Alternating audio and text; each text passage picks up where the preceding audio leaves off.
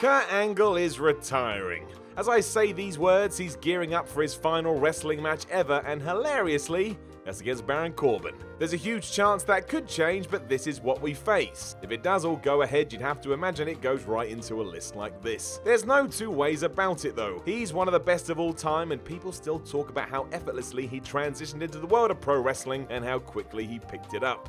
Must have been in the stars. It wasn't the easiest ride for the Olympic gold medalist, mind, probably because he was so driven and so desperate to be the best. A worthy goal, but potentially one that also cut his wings too early. It's been wild though, and while there's plenty of highlights, there's also a few things WWE would like to ignore now he's cemented himself back in the company. With that in mind, I'm Simon from WhatCulture, and this is 10 things WWE wants you to forget about Kurt Angle. Number 10. Bestiality. When the Attitude Era ran out of steam, WWE scrambled to see how they could balance things out. Before they went PG, the decision was to see how far they could push the envelope, and the answer was too far. In an attempt to keep the audience invested, they just threw any sense of decency out the window. This is where Kurt Angle and Booker T come into the picture circa 2005. Aside from the fact these two having matches would have been enough, the story revolved around Booker's wife Charmel. Throughout, Angle kept saying he wanted bestiality sex with her and calling her terrible names like gutter slut. He was disturbing and creepy constantly, and it wasn't fun to watch. It also showed that the writers didn't know what bestiality sex was, but the less said about that the better. It was presented horribly, and you'll be unsurprised to know that it rarely features when WWE goes back through Kurt's career.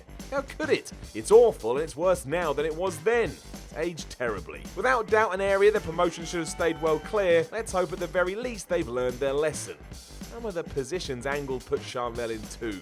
It is unbelievable. Number 9. Punished by Pewter. Always a good story this, and one that goes to show sometimes taking advantage of a situation is not the best idea. Let's not pretend otherwise. Angle is one of the best amateur athletes WWE has ever had, and in his prime, he could have whipped the entire roster's ass. He was a prodigy. He wasn't infallible though, as no person is, which is where Daniel Pewter comes into the picture in 2004. Unfolding during a Tough Enough segment, the idea was Kurt would roll with these young up-and-comers to show them how good he was. They'd be giving a schooling and become better people on the other side. Something. What nobody accounted for was the fact Pewter was a trained mixed martial artist and had some skills. So when he saw a rogue arm, he grabbed it and locked Angle in an inescapable Kimura. If this hadn't been the world of wrestling, Kurt would have had no choice but to tap out. Realizing doom was near, Angle pushed Daniel's shoulders to the mat, allowing referee Jimmy Corderas to count to 3. Forget what you think you saw, this went exactly like it was supposed to. Yeah, right. It was a shock for all, which is likely why Daniel was then subjected to a ruthless beating at the Royal Rumble when Chris Benoit, Bob Holly, and Eddie Guerrero kicked the crap out of him. There's so many reasons to forget about this. So many. Number 8. That's Stephanie McMahon Angle. Throughout 2018, the relationship between Kurt Angle and Stephanie McMahon was essentially Steph yelling at Kurt because he was a rubbish Raw GM. Or at least that's how she saw it. He had let SmackDown cause too much of a ruckus and was going to let him know each and every week. That's a far cry from what was happening almost 20 years prior. In the year 2000, these two, as well as Triple H, were involved in a very well-handled love triangle that even saw Kurt steal a kiss away from Vince McMahon's baby girl. This was eyebrow-raising as she was married to the game and everybody wanted to see how it would play out. The answer was it would just stop after Triple H beat him. The rumours are it ceased so suddenly because Trips went to the writers to tell them the whole thing wasn't believable and it should be nixed. They clearly agreed because he just beat the Olympian Unforgiven, and that was that. It was over quicker than Mojo Rawley yelling at himself in the mirror. Number 7. The 2014 rejection. Things change all the time in WWE, but that doesn't mean there isn't some collateral damage along the way. So while come 2017, Kurt was back in the company and being inducted into the Hall of Fame, 3 years earlier the situation was extremely different. For example, when Angle reached out to WWE for a return in 2014, he was told no by Triple H. They had enough talent and just couldn't fit him into their plans. It opened the door for Kurt to re-sign with TNA, and we all have to wait for the reunion. Fair to Trips as well, he was probably right. The WWE roster was packed at this stage, and where Kurt would have fit in is questionable. However, there was also likely the worry about Angle's physical health, which wasn't in peak condition at this point. WWE needed further reassurances. It did mean though that quite literally they forgot about Kurt Angle during this period, and if they did, you should as well. It's always about how it ends up, however, and thankfully Angle got back to where he started and will get the send-off he deserves. Well, maybe, like I say, Baron Corbin, there are a few hurdles to overcome first. Number 6, that other stuff. These were rumors at the time and they still crop up today, so let's touch upon them briefly. But yes, in the early 2000s, a few people said that Kurt Angle was involved in alleged affairs. There doesn't seem to be much weight with the Jacqueline murmurings, especially as no one has ever confirmed this in any sense. Not those involved or anyone in the locker room, so we can probably leave them in the abyss. When it comes to the other though, one Dawn Marie, there's a bit more smoke. Stories suggested that from 2003 to 2004, Angle and Marie were a thing, even though Kurt was married and Dawn was engaged to Simon Diamond. Marie actually admitted to this during a shoot interview down the line, but as ever, that's still one person's word against the other. We don't know for sure, even if the deepest, darkest corners of the internet still discuss it. Either way, it's not the kind of thing WWE likes to discuss for obvious reasons, so let's all just move on. Number 5 is best opponent. No one could have predicted what was going to happen in the future, but if you do go through Angle's whole career, his best opponent was probably Chris Benoit. He did have great runs with Shawn Michaels, Brock Lesnar, Eddie Guerrero and The Undertaker, but in terms of consistency, the Benoit program delivered. Both their clashes at Unforgiven 2002 and again at Royal Rumble in 2003 are probably some of the best either man was ever involved in,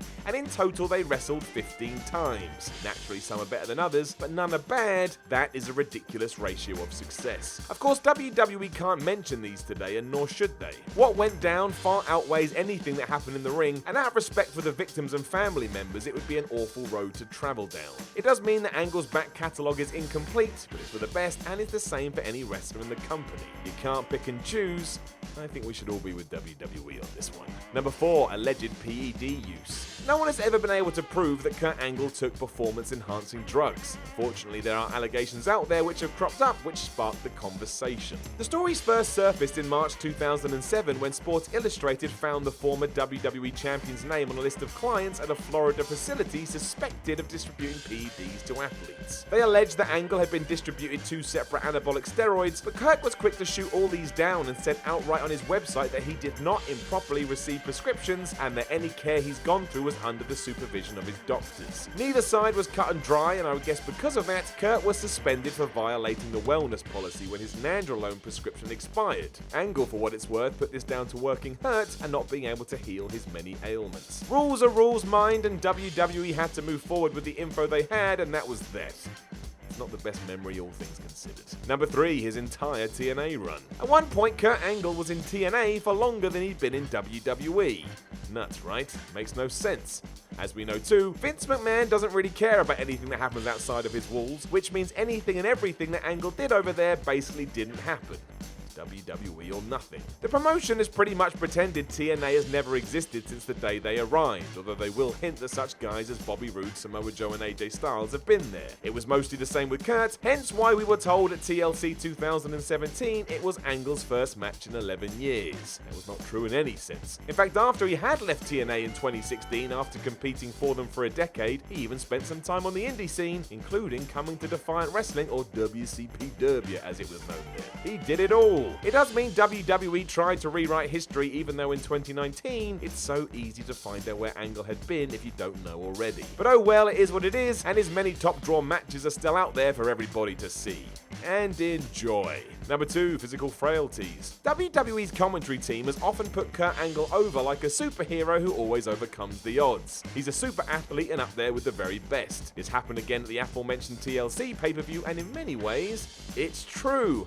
See what I did there? However, it's not the entire truth. While Angle was able to do things that few people would be able to, much like anyone who pushes themselves this hard, it came with a price. You can see it etched all over his body today, be it when he's wrestling or just walking to the ring, and his list of injuries throughout the years are well documented. I mean, before he even hit the big time, he won a gold medal with a broken frickin' neck. It got so bad there was a time where WWE was too scared to even let him take a bump. Officials were worried he may die. That is frankly terrifying, and whatever Angle did to get him back to a more balanced place has been welcomed all around and allowed him to have a few matches over the last couple of years. That's quite the shift, but it's certainly a time that both WWE and maybe Kurt himself would just like to forget. Number 1, his many arrests. Look, we all make mistakes. It comes with the territory and it's about learning from them more than anything else. Nobody has a clean record, and this was the same for Angle, whose legal issues didn't begin until he'd left the WWE. It started in September 2007 when he was arrested for driving under the influence. He was cleared of the charges 1 year later, but was hit with another DUI in March 2011, then again in 6 months' time.